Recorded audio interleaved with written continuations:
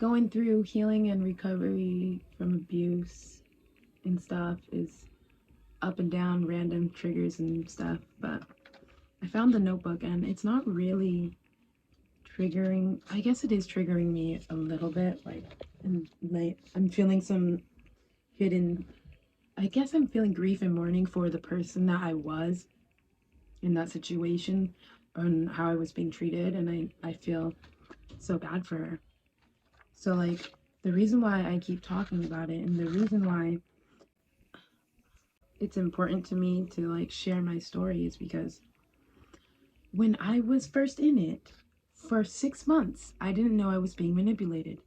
And all these weird things kept happening. And I kept getting confused. And I kept wondering, is it my fault?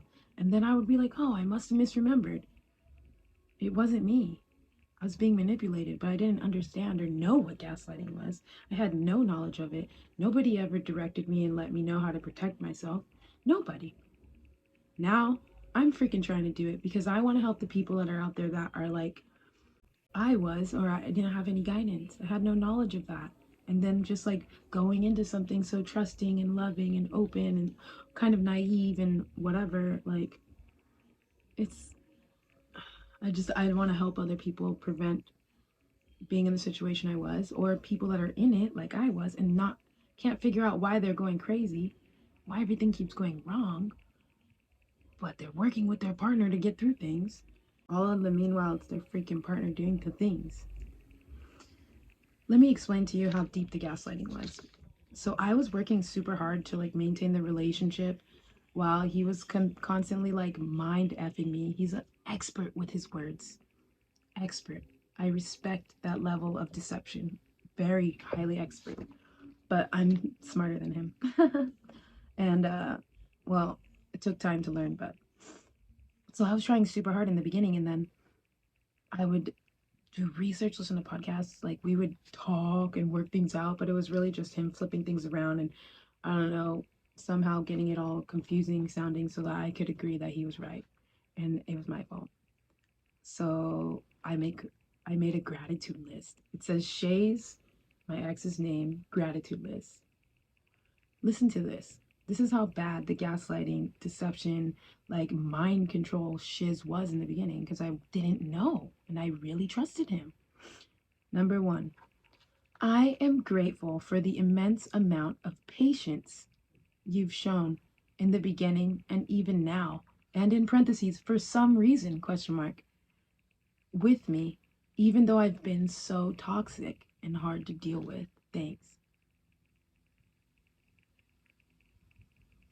That's insane. I was thanking him for patiently putting up with me for some reason all this time despite my behavior. That's crazy. When all along it was his behavior, his same patterns, his not matching up his words to his actions, his constant cheating, lying, and sneaking around, betrayal. It's not my fault. But in the beginning, I didn't understand that. I didn't even know that. And then another thing, I am grateful for your giving spirit. Thank you for letting me move in and be a part of your family. And I don't want to say this. Just be a part of your family, okay? Because we had 3 kids, right? First of all, I was grateful to him for letting me move in. What do you mean? That was a perfect setup for him. He moved me in so that he could cheat on me the whole time and mistreat me. I was trapped. Once I moved in, I was really effed. I was like, oh, how do I get out of this? It's crazy. And like, this is why I keep speaking on these things because and if you haven't been in a situation like this and you don't know how to recognize it, depending on the level of expertise of the person that's manipulative and like very toxic and hurtful, like you might be able to see it right away. Maybe you have a lot of freaking respect and understanding for your boundaries. Good. But a lot of people are still working on their insecurities and like their self-love, like I am or was, you know? And if they don't have the knowledge of like how to identify when somebody is like this, you can really get hurt. Like, it's crazy, dude. I'm gonna read one more entry. This is from February 2022, okay? I feel so sad all the time. I am so intensely and deeply hurt.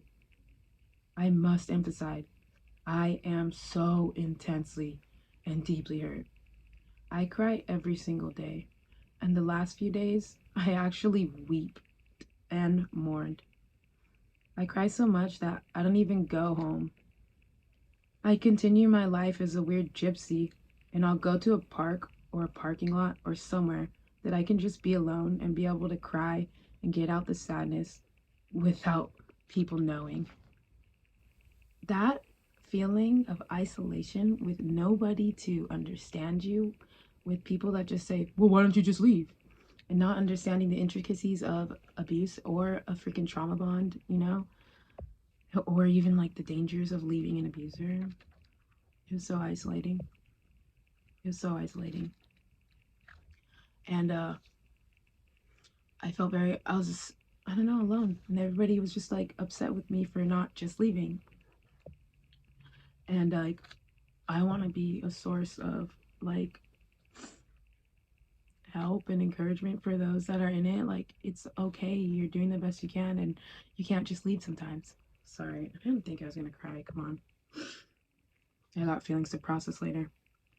But that's why I make these videos. Because of that feeling, that girl and that journal entry is alone. And there's nobody who understood her. She's constantly being put down and abused every day, all the time, that she would just go sit in her car and cry everywhere. I would do it for hours. I would do it the whole day just so I wouldn't have to be around people and tell them what's going on. Anyways, sharing my story, I hope it reached the right person. You deserve respect, validation, and to be loved unconditionally. Bye.